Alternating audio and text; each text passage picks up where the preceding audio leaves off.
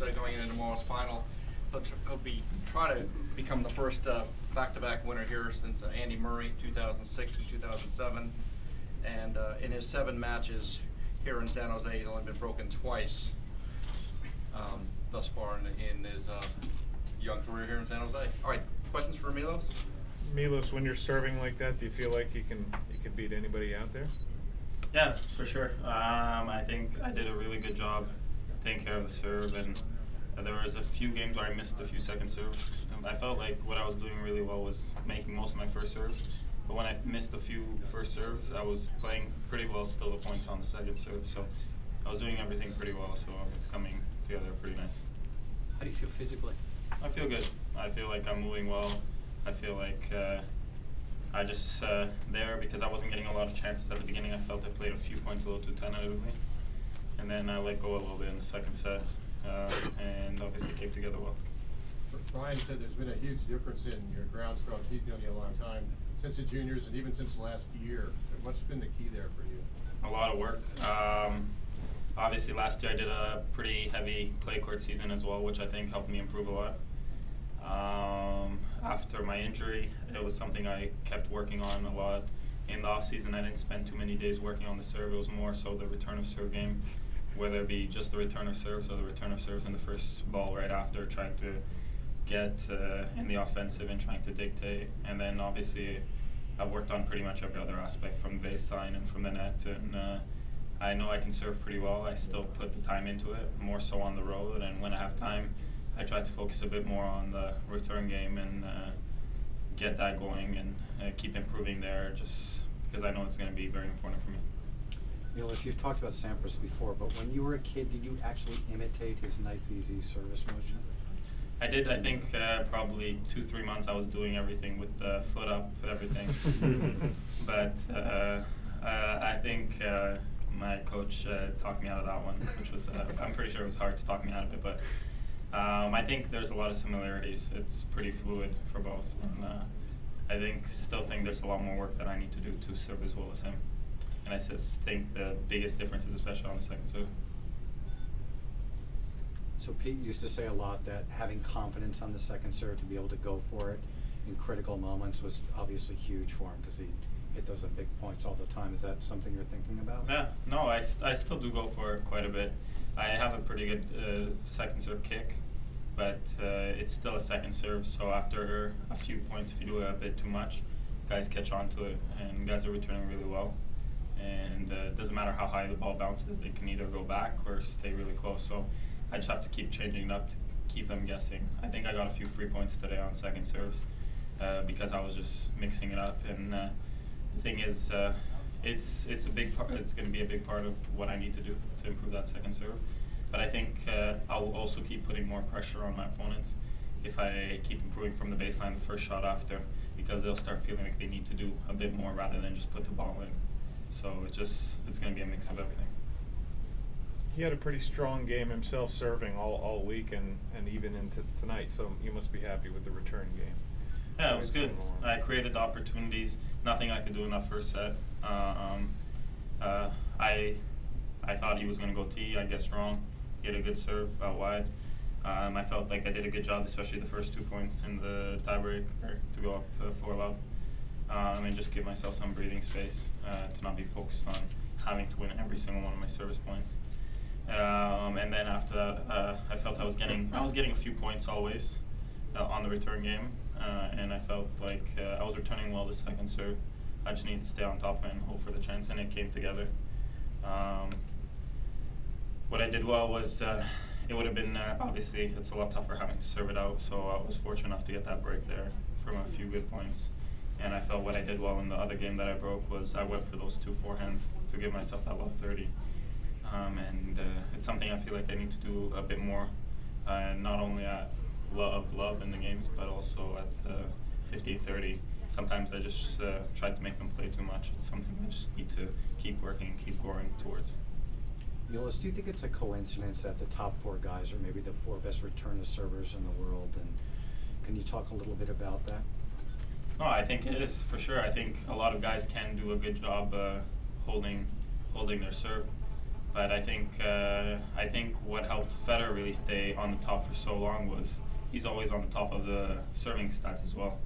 If you look at the numbers, he's always there. First serve percentage won, the percentage of service games won, and all this kind of stuff. He's always on the top there, so that definitely helps him.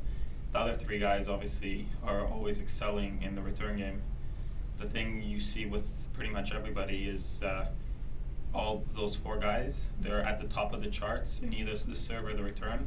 But then when you look at the other game, you don't see Djokovic in the top probably 10 as far as aces or first serve points won. But you'll see him definitely probably within the top 20. And it's sort of that, what's considered their weaker ability that they take care of really well. And when you have that, when you're able to create that pressure off both sides of the court and on all the games, it just, a lot of times it's hard for especially a lower ranked player to keep up with it and just maintain that through a match. And you'll eventually get your opportunities, and that's what they do. They win a lot of close matches because they just create opportunities. But obviously Djokovic has had a few blowouts over the last year and a bit, but I think he's returning better than probably anybody ever has at the moment, so that's a big part of it. So are you getting treatment on your knee? Yeah, I'm just taking precautionary stuff, doing exercises and treatment and icing. After matches, you're icing? After matches, I ice. I did some exercises. It's not an issue at all. It's just more so, I guess, because after my surgery, I focused a lot on my right hip and my right leg. I was doing a lot of exercises there for compensation. I just lost probably 5 or 10% in the left, and it just causes a little bit more strain on the quad. So I have to just make sure I balance everything out, and so just my mechanics work properly. Any preference on who you face tomorrow? Are you ready for? I'm ready for both. I think they both play. I'm not going to say pretty similar, but they both can do pretty much everything. They both return pretty good. They both are able to play from the baseline pretty good. I think the same job is going to be in front of me to take care of my serve. I played Julian last week. I played a really good match there, especially from the return side. I felt I had a lot more opportunities. I felt I had a lot of deuce and 30-all games, which I wish I just could have stepped up a bit more on. But I felt like I did a good job in staying on top of him and getting out of there. I haven't played Istomin before, but either match, they're both playing well this week, is going to be tough. And my main focus is going to be take care of my serve and hope for opportunities on the return. Milos, given how well you played the first half of the year, then you go to Wimbledon, you slip, you get the injury, were you saying to yourself during the rest of the summer, this is really bad luck? I mean, I was on a roll, ranking was going up, and now I'm pretty much done for a few months here. Yeah, but I don't think I was thinking of it more so this way. I think I was thinking more so in the moment of what I need to do to get it right. I felt going into the grass I was playing really well. I felt like the two matches, or match and a few points that I got to play on the grass in Wimbledon, I was playing really well. And so it was a bit unfortunate because I felt also I improved a lot during the clay court season. I really wanted to push myself during the hard court summer. And the thing I did really well, I think, was I was working out probably 10 to 12 hours a day during rehab. And it was probably more tiring than the training I go through because it is really boring stuff, learning how to walk and everything. So it's a little bit more mentally tiring, but the thing I did well was I got back pretty early and I gave myself an opportunity to play 10 matches at the end of last year, win a few matches. I think I won half matches. So it just gave me that sense of competitivity again, and it just gave me a taste of it, and I felt like I was really competitive in a lot of the matches. I played Nadal, I felt I played pretty well. I played Ferrer, I did a really good job there considering that I don't think I was moving probably 40-50% of my speed. And then I had opportunities against Monfils in Stockholm, and then I got a little unfortunate getting sick at the end there. But I think what I did was I took what I was given and I tried to make the best of it. And since I did finish the year pretty good, considering what I had just gone through, considering I was also not supposed to have a chance to play at the end of the year, I think I made the most of it and it motivated me, and I did a lot of good work in the off season, and really I never thought about the injury again, and I haven't since. What thoughts, feelings come back to you as you think back to last year's run, looking back at it? I think since last year everything was really new to me. Yeah. This year I have more of a sense. I can sort of experience it more. I felt last year everything was new. What do I have to do now? What do I have to do now? Not just on the court and stuff, but also how I train, media obligations and all this kind of stuff. It was all really new to me, and I felt it flew by pretty quickly. Whereas this now, going through all these things again, playing well and everything, I feel like I know how to deal with it all. I don't feel there's any really stress around it. Comes pretty easy, and I can recall more things than I was able to last year. Anything else? Milos, just looking back to the Hewitt match in Australia, you're the favorite going in there, and obviously, he's a former #1, he's playing at home. What was for you, who didn't play maybe your best game there, was that a little bit of nerves for you? Just being on the big stage, playing the home country hero, that type of thing? I think it really just, it hit me for about the first 10 minutes. And then as soon as I had that first breakpoint chance in the first game of the match on his serve, I think it slowly slipped away. Those nerves, and then after that I felt like I sunk my teeth in pretty well, and I felt like I was pretty comfortable in that moment. I don't feel like I did play my best tennis, which was unfortunate because I did start out really well. I was just dealing with a few things as far as my body, and I really wish I could have done a little bit better there, but it happens, you deal with it, and I think I'll hopefully have a lot more Australian Opens to play and a lot more chances on that center court.